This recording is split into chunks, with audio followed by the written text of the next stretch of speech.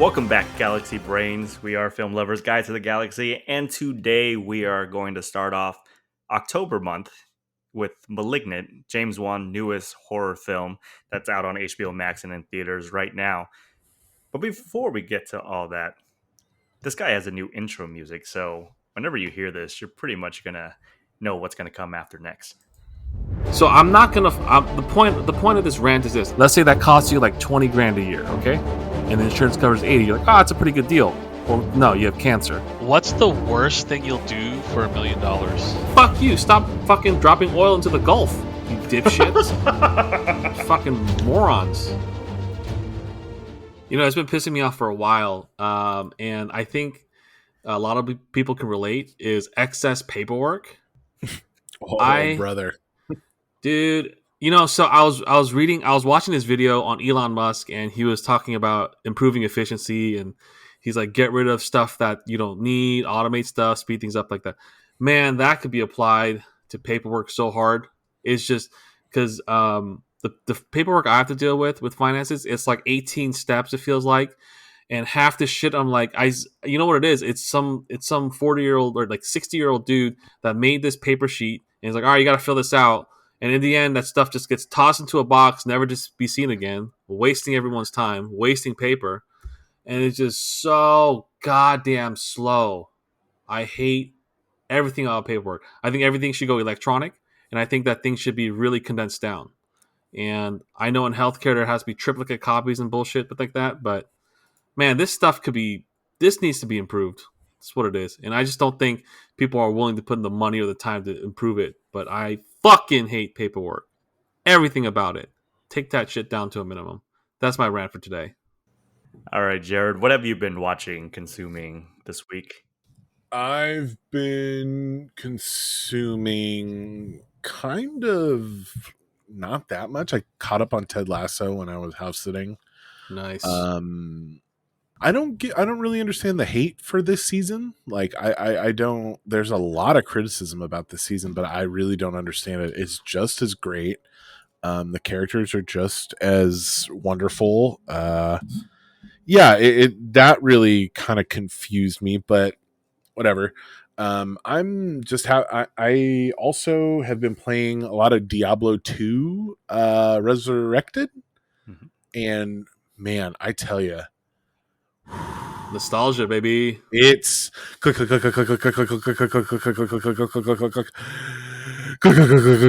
it's just like it's amazing. Going back and just feeling those feels again. So there's a setting where you can push a button on your keyboard where it flashes back to the old school look and then back, right? Seamlessly. It doesn't even pause it or anything.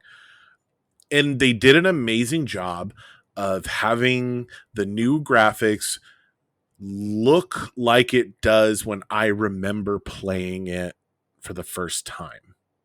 But in reality, when I did play it for the first time, it looked like dog shit. But that's, I think, all you can ask for a remake, right? Is like when you're playing it, you're like, oh, this is exactly how I remember it. This is amazing. And then, wow, that's muddy and gross, but it's still the same amazing core gameplay. It's just easy to get lost for a couple hours in it. I'm going to spend some time this weekend playing, but I got a lot of work to do this weekend for my job and a lot of homework, but I'm going to eke out a few hours late at night. What else have I been watching? The Cowboy Bebop trailer, opening came out. I loved it. At first I watched it, I was like, is this good? Like I just couldn't tell. But then I was like, wait, like this is so stylized and so like kind of not cartoony, but like I'll say style, I'll go with stylized, that I'm like, man, this just might work. Cause all like the anime, the live action anime remakes that Netflix has done have been terrible. There's not been one that's been good, but Bebop looks really fun. I'm really looking forward to it. John Cho is going to be interesting. He's old, man. I didn't realize it. He's in his late 40s or 50s. Something like that. He looks But, good though. I gotta say though, yeah, he looks very good. I'm really interested to watch that. Them having the original soundtrack or the original opening theme, like, because I've been telling people, I'm like, if they don't have Tank as the opening song, like, it's a non-starter for me. Why would I watch it? Mm-hmm. And that's not me being like, oh, back in my day, Last Jedi, boo, boo, boo, boo. This is the tone setter for this show. If you don't have that, why would I watch it? It's not Cowboy Bebop. And this is a great step in the direction of, okay, yeah, I'm into it. Which kind of led me down the path of watching the Cowboy Bebop movie and a bunch of other scenes and spending way too long deciding, that's not that much money to pay for the vinyl version of the soundtrack. So, but if we're really going to get into that, the Samurai Champloo on vinyl. Oh yeah, $140, $300, $200, $188, and it's like the original pressing. So it's 3 LPs in one sleeve. It's a really beautiful collection, and like I have most of those on like other New James stuff, but it like to have all those in that collection and that is like kind of like one of my holy grails. But yeah, so that's just kind of what I've been consuming. A lot of anime, a lot of just small format stuff. Pro wrestling, it's been still great. Highly recommend it. Oh, and I recommend What We Do in the Shadows because this season has been fantastic. I also have caught up with wrestling. That Grand Slam was pretty damn fun to watch. Yeah, buddy. Oh, Omega versus Danielson. What a good start. I mean, if this is the start to their rivalry that's going down the road, I don't know what they're gonna follow with after. And the thing is that you've watched it, and it's like Bryan Danielson held back. A lot of it was just like chop kick, stuff like that. So I am very excited to see what else he's going to do as that rivalry kind of goes on. Absolutely. It was amazing. I kind of want Joe to watch that match and see what he thinks of it. Yeah. You know what? That's what we're going to do. We're going to show you that match just and talk about it. Man. I'll talk about it next week. I'll keep an open mind. I know with our group, the other guys' group chat, Joe was talking about it, and then my wife wanting to watch it. I started watching Squid Game. My students at work have been talking about that. 3 episodes in, it's pretty addictive. I'm all like, oh shit, this is actually pretty kind of fun to watch. Kind of see the mystery kind of unfurl. I went to the theater finally and saw Free Guy. It's pretty fun. I don't think it's the best movie I've seen all year. I just think this is a Ryan Reynolds movie that has a lot of pop culture video game references in it, that if you're a big fan of video games, you'll enjoy that movie. My wife puts on the background Gilmore Girls as she is studying. So it's a great background show. I love Gilmore Girls. As I sit there, I'm just like, I know there's jokes about Family Guy, them talking so fast, but then I was like watching, I'm like, I get the witty banner, but I'm like, man, they do talk really fast. but it has its own rhythm, just like if you watch any Aaron Sorkin product, it is rhythmically there with the cadence. So Laura Graham is still pretty hot watching that. I'm not gonna lie. What's her name again in the show? God. Lorelai? Yes. It's Lorelai. Yeah, Rory's Alexis Bledel. Man, it's a long time. Lorelai, guys. If you haven't fucking watched Gilmore Girls, what are you doing? It's so good. What? It's such mindless trash. It's mindless, like good. Not trash. It's just mindless, fun TV. Yeah. It's wonderful. It's such like a just whatever show. Joe, you look surprised that I'm saying that I'm espousing my love for the girls Gilmore. Are you considering this a guilty pleasure on your part? No, because it's a full on pleasure, motherfucker. Just Full like on the pleasure. fucking Bachelor and Below Deck are. I've been watching fucking Bachelor in Paradise, guys. Bachelor in Paradise has been fucking buck wild this season. The best thing that's come out of it, one, Lil Jon was a host. Fucking Lil Jon. And also Brendan lost over 100,000 fucking followers on Instagram. Get out of here, Brandon. You don't come on the fucking Paradise already shacked up with Peeper. Get out of here. I love Bachelor in Paradise. So I normally don't watch trash TV, but Vanderpump Rules just came back this week, and Ooh, yeah, buddy. and that is one, if not the only thing that I will watch. It is so mindless drivel, but it's so damn fun to watch. Real Housewives of Salt Lake City is on. Joe, if you have not seen fucking Below Deck, you Is need this to a watch reality Below show? Deck. It was a reality show. So People who work on a chartered vessel. I take it back. These about the staff, right? Yep. Yeah, I've definitely heard about it. I don't know where. The only qualm I have about any reality show is no matter what I watch, the fact that it's been proven that a bunch of these reality shows were completely scripted and fake and all that kind of ruined it for me. Mm. I would love to watch a reality show where it was true, unscripted, whatever. Like they don't get any cues from the producers or anything. Just let them go buck wild. That'd be great. But the problem is most people are stupid and they'll do something illegal or something that can't be good for TV or it can't be good for the general audience and they can't put it on TV and it's not going to make them any money. And the fact that all these, what is it called? The Voice and, America's Got Talent, all that stuff is completely I doctored and wouldn't. I stuff. don't even know if I would classify those as reality shows. Those are Okay. just like competition. Those are competition Yeah, but shows. I don't think they're true competitions. Oh man, Top Chef though, bro. Top Chef is so good, and it's I think now I have no problem with the incredible food they make and all that kind of stuff. I think that they yup it up a lot, like with the timer and stuff. I don't think these dudes are like 5, 4. I think they're done and they just pan the camera up to the thing. no, and they cut it's people. real. No, it's I don't the know. timer is No, I think the timer is real, real. but I don't think these guys go to the last second. They doctor the show to make it look like they're running out of time. That's just my opinion. I can't prove it. I don't know if it's true. Everything I've read has said that is not true. Yeah, I also watched Ted Lasso. I sort of understand it because I think what they wanted from season 2 was just like really high expectations. I think the second season kept the same quality of great show as the first. So okay, on.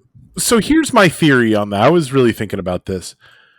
They didn't have a second season deal when they ended the first season, correct? Correct. I don't know the timeline. So they made a perfect season of television. Mm-hmm. We've seen it before. If it's a self-contained, we don't know that, we're going to get another season. This is going to be a self-contained season. It's going to be one and done or, whatever, this season and done. And they know the start and the end date, your show is going to be better than if you're going to make it for more seasons. We've seen this way before. Lost was fucking terrible at a point because they didn't know if they're going to had an end date. We got episodes like the Jack's tattoo episode, the worst episode of that show.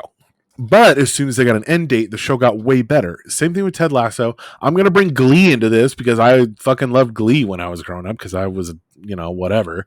That first season, because it was a self-contained, 9 or 10 episodes, was fantastic. It was a full story. People watching, they kind of had to come up with stuff and like really get this going again with different plot threads and whatnot for season 2. I love where they're going with it. Like, Joe, like what do you think, Joe? Like, It's I mean I get it. I again keep in mind I'm a huge fan. I like it through and through. Because there's nothing on TV that's sort of like or whatever streaming that nothing like that. So, the thing is also with Sudeikis, this was like an MTV or SNL skit like a decade ago, and It was a he's commercial. whatever it is. He had sort of this character in his pocket for a long time, and yeah, you're right about that. I mean, Glee sort of makes sense. Any show that sort of went real popular, and they're like, "Yep, we're gonna make that cash cow going. Let's do season 3, 4, 5, 6, 7, 8, or whatever." It does. It does sort of leave a bad taste in your mouth as well. So I mean, that's where Breaking Bad sort of breaks the mold too. You know, it's like, all right, we're done. Boom. This is how we're gonna end it, and that I think that's a great way to do it. It's good for the person that's watching it, not so good for the TV. You know, the whatever like the whatever they're people making money off of it kind of thing. The other thing I've been watching, you know, I don't know if I said it last time. I finished Rick and Morty, and I've been watching. I think I'm watching Archer. I don't know if there's more episodes coming out. And then what else? I think that's really about it. Just a lot of just streaming stuff. I'm sort of looking forward to just a lot of the stuff I've been streaming are just one of those things where it comes out once a week sort of thing, and I'm not binge watching anything anymore. And that's sort of what I'm doing. But that's it for me for this week. It is October, and this whole month we are going to do horror movies to celebrate the month of October leading into Halloween. I think it's a good time we start with Malignant, which came out this year. Movie directed by James Wan, story by James Wan and Ingrid Bisu, which I found out today is his wife. That kind of came up with this. So basically, this movie is paralyzed by fear from shocking visions. Madison, who's played by Annabelle Wallace, her torment worsens as she discovers her waking dreams are terrifying realities. If you guys have watched the trailer for this movie, it seems like a movie is along the same line as other James Wan films beforehand, whether it's Insidious, The Conjuring, Somewhat Saw. This is like kind of like his brand of horror. Drive came out 10 years ago this year. This is by far the most right? Wow. This is by far the most blatant switcheroo trailer I have ever seen in my life, because the trailer you see on YouTube, wherever they're advertising, is not the movie you get. So, Jared, let me start off with you. You're the resident horror movie here. Would it be safe to assume that the word bonkers makes sense to describe this movie? Oh yeah, this movie is just like wonderfully ridiculous. That's what kept going through my head. The script is just kept me going like, what the fuck? But like in a good way, you know. This is, you know, I don't want to kind of poo poo on what we do week to week, but this is the type of movie that you're missing the point if you pick apart, you know, if you try to be too high-minded or highbrow about it, you know, like plot and acting and dialogue, all that stuff is just kind of out the window with stuff like this. Like, Juan is an absolute like genius when it comes to the technical side of filmmaking. Really amazing shots, beautiful shots, mind-blowing stuff that he sets up with the camera. Just the suspense in this movie is just amazing, just top notch. Like, this guy is a horror. Just stick there, my dude. Like, don't ever stray again, please. I mean, the camera work is impeccable. This movie is just wild, right? Like, am I alone? Like, this movie was insane. No, you're not, because I absolutely adore this movie. I always tell you guys, like, whatever the trailer is, the first 5 minutes of each movie, I kind of reset my brain of what the movie's telling me. But it took about 30 minutes until I realized like what I was actually watching. I'm like, oh shit. Like, there's things that are happening where I'm like, are you misfiring? And then when you kind of figure out the twist and what happens towards the end, I'm like, oh shit, this is actually really fun. And I don't think a movie like this can get made unless you're a James Wan that has made money for like Warner Brothers, where they're like, okay, go ahead and do what you want to do. Yeah, 3 for me, 1 for you. Yeah, and you know, this movie is very like the only other director I think that could pull off a movie like this is something like Sam Raimi, right? Where Oh yeah, it's very great point. gory, but it's campy in a good way. Like I think I enjoy this movie because it embraces the really ridiculous side of what it was trying to tell. uh Man, I and like I said, James Wan, like he's done a couple action movies. Like I said, he has Aquaman. He's doing the newest Aquaman that's coming out.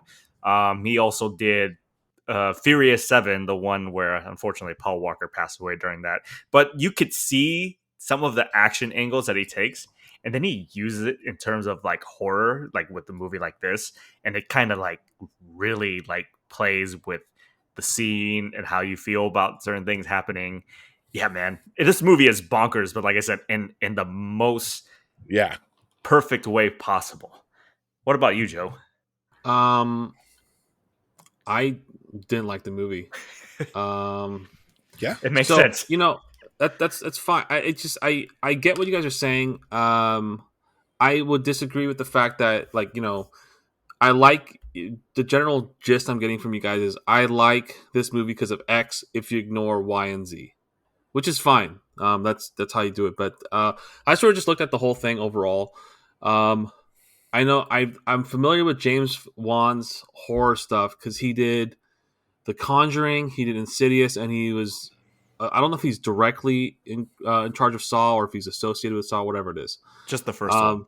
Okay, I mean that's the one that kind of started off. So I'm Yeah. familiar with what he does. I like a lot of the stuff he does, and I like all the horror stuff he does. And each of the other horror stuff he has a very specific like theme, I guess. Saw is like very gory and all that kind of stuff, and in Conjuring you're dealing with supernatural bullshit, and Insidious. It's Insidious is Insidious. Mhm. And the problem with this one for me, it was just crazy all over the place, and also it wasn't because the other three, and I don't know if he did other horror films, but those are the ones I'm aware of. The other three had like a definitely like a scary or freak out feel or vibe to it the whole time. Mhm. Yeah. But this one, I didn't really get much of that, which I thought was the purpose of a horror film, in my opinion. And because of that, I just didn't like it. I guess this is picking on it, but just the reveal of the fact that it's a teratoma, and she just pushed it back into her brain. It doesn't work. Now, here's the thing. So I'm just gonna go through the last three horror films. Saw. Mm. There's a dude that's gonna kill people, and he uses blades and all. I'm like, all right, yeah, that makes sense. Okay. Other two, it's like supernatural stuff. You can do whatever the fuck you want with supernatural stuff because that's just it's ghosts and all that kind of stuff. Mhm. If you're gonna go like science, biological with this, you sort of can't. There's sort of a limit what you can do. You really can't. I don't know if people know that there's a limited space in your brain, and if you just shove stuff into it, it just doesn't work. And I get that this is supposed to be some whatever, but the whole movie started off with the premise that it's like a psychological word, and they cut out the part of the tumor that's sort of alive and all that kind of stuff, and it's controlling your brain. That just doesn't work for me, and I don't know if he thought this was a good idea or someone offered him the idea, and I feel like that concept of a part of a twin that's in your brain controlling you could be done differently and done better. Mhm. And this wasn't one of them. Is my opinion. So, and I think a lot of the people watching this will have polarizing opinions of it. It'll be like either you guys liked it because it was off the walls, bonkers, crazy, and this is what I expect from Juan, and I liked it that way, or probably maybe like me, it was like, nah, I don't really like it that much. It was very, very mediocre, and so I'm on the opposite crowd. Yeah, this movie isn't. This movie, there's no. It's okay. It's either you like it for Oh how yeah. ridiculous it is, or you hate it for how ridiculous it is. That being said, Joe, I know, like I said, you don't like the movie as much. Did you at least think it was funny, either intentional or unintentional? Funny. Like, did you at least laugh or at some of the? Because I had a couple good laughs watching this movie, whether it was intentional or not. I didn't, Like it was just like it's more not laugh. It's like, bro, what the fuck is this? Okay, so And so When So, that like- that reveal, yeah. yeah, Oh, yeah. so she just like turns around and it's like a big old like face coming out of the back of the head. I'm like, okay, I guess. And then and so I'm like, I'll just roll with it, and the guy's fucking people up and all that kind of stuff. And then like she's like, let me just shove it back in there. I'm like, nah, I don't think so.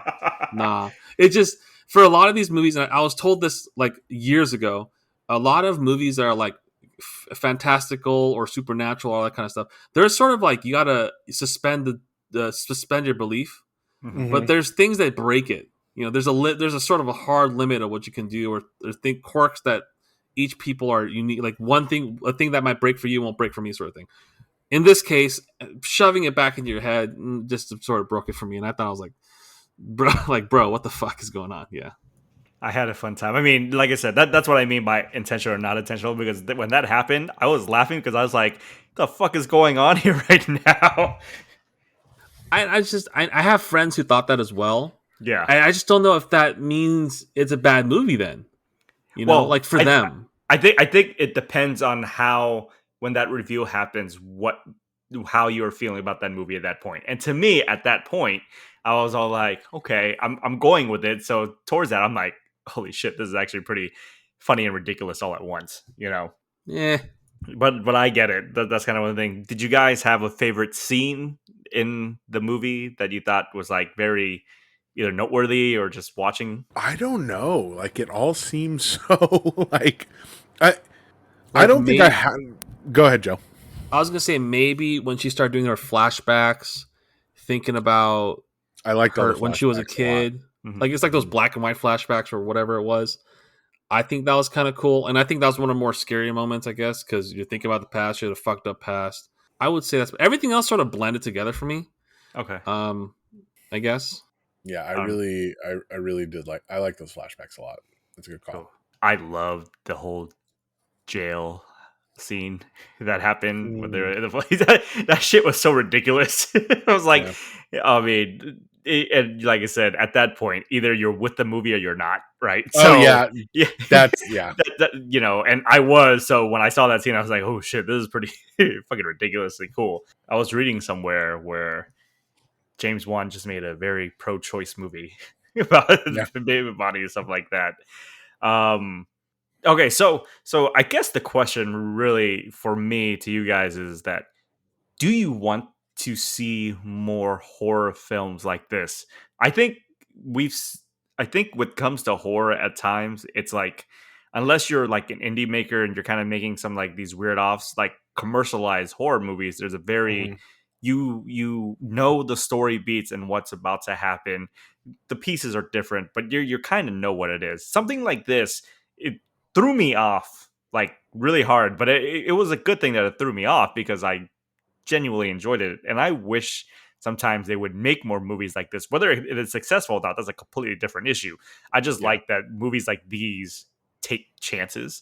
But I don't know if you guys are interested to see more types of movies that are kind of out there in this horror like Oh, campy absolutely. genre. I think horror is the place where you take chances like this. I don't think any other genre has its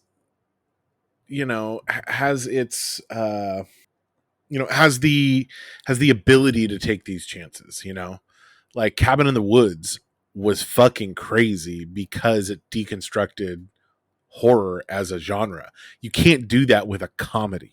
You can't do that with a drama as much as you might try. The tropes in horror are wholly unique and what make the genre fun, you know, and enjoyable and keep us coming back. Like Scream was that for the 90s, Cabin in the Woods for the early aughts, and we haven't really had one. Maybe It Follows was I kind of felt that way, like I was seeing something new, you know, not like a deconstruction, but something new to the horror genre. But other than that, like I don't like. I really think we horror is the genre to take on, exciting new things, and I also think it. I would love to see more. I would commend any director that takes a chance, that kind of goes out there and makes a quote unquote unique horror movie. I know, like for example, I don't know if this is going to be considered unique, but Get Out with Jordan Peele, that was that felt different to me, and it was amazing. I loved it, and I think that with directors that don't take that, I mean, giving the giving them the leash to take that chance, you get movies like this. But at the same time, you have to understand that taking chances, half the time or more, so you can get just stuff that's not great. And I think that the horror genre still can be like there could be good stuff that comes out all the time. Like I still remember Hereditary being really good. I think I still like Doctor Sleep. You mentioned Cabin in the Woods. I can also say Dale and Tucker versus Evil. That was sort of all over the Oh fucking yeah, great! place. I can't believe I didn't think of that. Right. Good call. It was like a really interesting take. The Quiet Place films were always good. Even the Korean horror films that we talked about before, done well. Foreign films, things like that. And so a lot of these movies in the horror genre are probably people who took that interesting leap. Like, let's try this, right? Because you can't have the same mathematical way of doing things all the time. You got to try to go out there. So I think for Malignant, I appreciate that he went crazy all over the place. Personally, I think that it's the one that kind of flopped a little bit, but I would if I was James Wan, and he probably knows more than me, but I would say just keep on doing this. I think that you're a golden child. I think everything you're doing is really good. And I would have, if this is not going to stop me from watching the next James Wan horror film. I'm gonna be on it no matter what. So that's just my overall take. Let's give it a letter grade. I'll start with you, Joe. What do you think about the movie overall? It's gonna be like a C for me. Yeah, just it wasn't like a terrible movie, but it was just too much of it was just stuff that I wasn't a big fan of. So a nice average score, I guess, C. That's a B, solid B for me.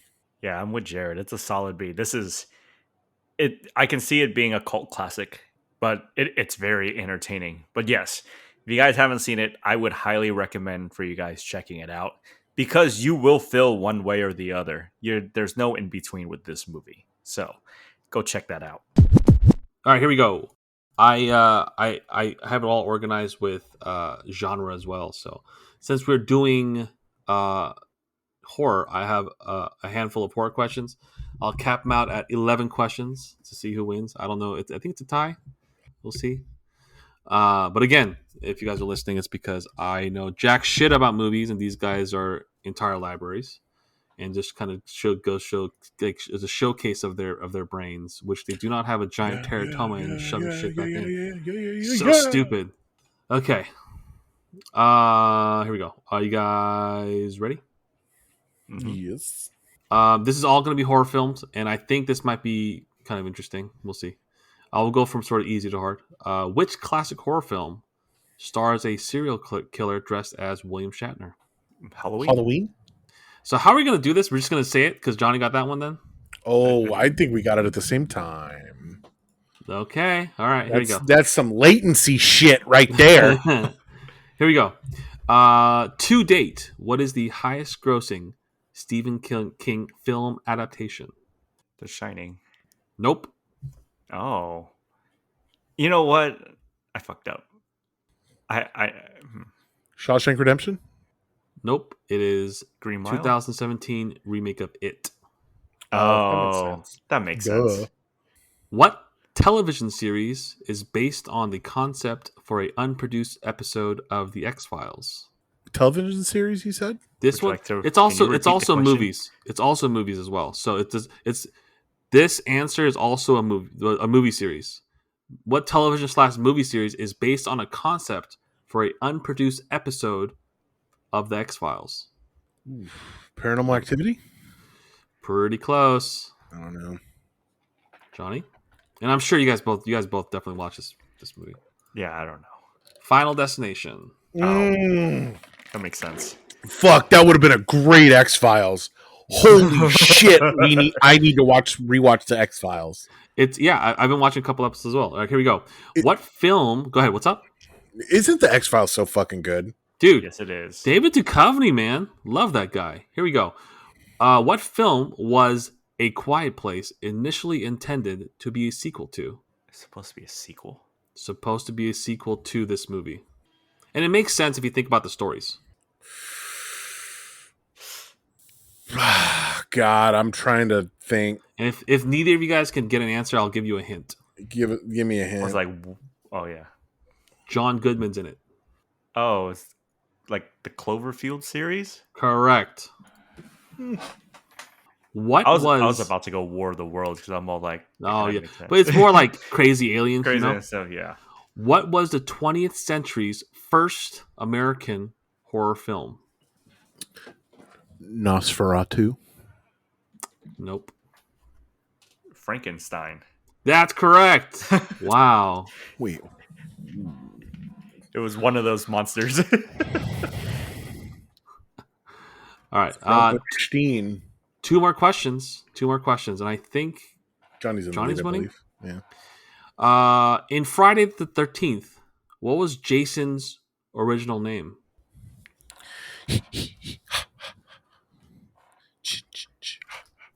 Have no idea. James. That's actually pretty close. It's pretty close. Any guess? I'm gonna go with another J name, Josh. That's correct. Oh my god. All right, this is gonna be a quick one. What horror film does the phrase "the power of Christ compels you" appear? The Exorcist. Exorcist. Correct. Speed one. All right. Jared gets this one. The last one was a kind of like a speed one, but yeah, Latency again, issues. yeah. Well, man, you guys still know way more than I do. I would have gotten like one or two out of these. It's incredible. I'm always impressed with you two. Always impressed. But one day we're gonna do trivia with really hard fucking questions and see what happens. Yeah, too hard. It's not fun. You say that. You gotta understand. It's too hard for me. It's a perspective thing. You know. Yeah. So Joe, where can they find us? You can find us on all sorts of social media, on Twitter, on Instagram, at FilmLoversGTTG.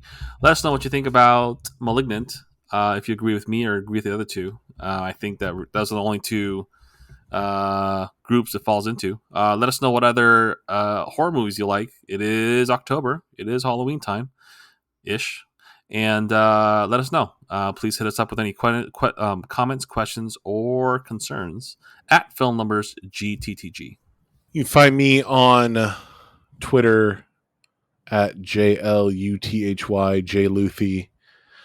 you can also email us at filmlovers@gmail.com. Filmloverspod@gmail.com. That's filmloverspod@gmail.com. Send us some questions. We would love to read them. Guys, Dune comes out this month. Very excited. You guys know that episode is going to be peak Jared. Which, by the way, Joe, you got to go watch that movie in theaters because we do got to talk about it. This is the one movie. Oh wait, it's on HBO Max, but you can. I think that movie kind of deserves to be seen. Is it coming out at the same time though? Yes. Oh yeah, baby. Okay. All right. Same time. As for me, you guys can follow me at JNGO11. That's JNO11. If you want to just hear me promote our podcast while talking about other podcasts as well, or sports. But yeah, if you guys are listening anywhere, whether it's Apple, Spotify, Good Pods, please leave us a review. Give us that 5 stars. Subscribe as well. Helps us out, gets some more visibility for people to look at. So next week, when we come back, it'll be my pick for the first installment of the Halloween movies that we're going to pick out. So come join us next time.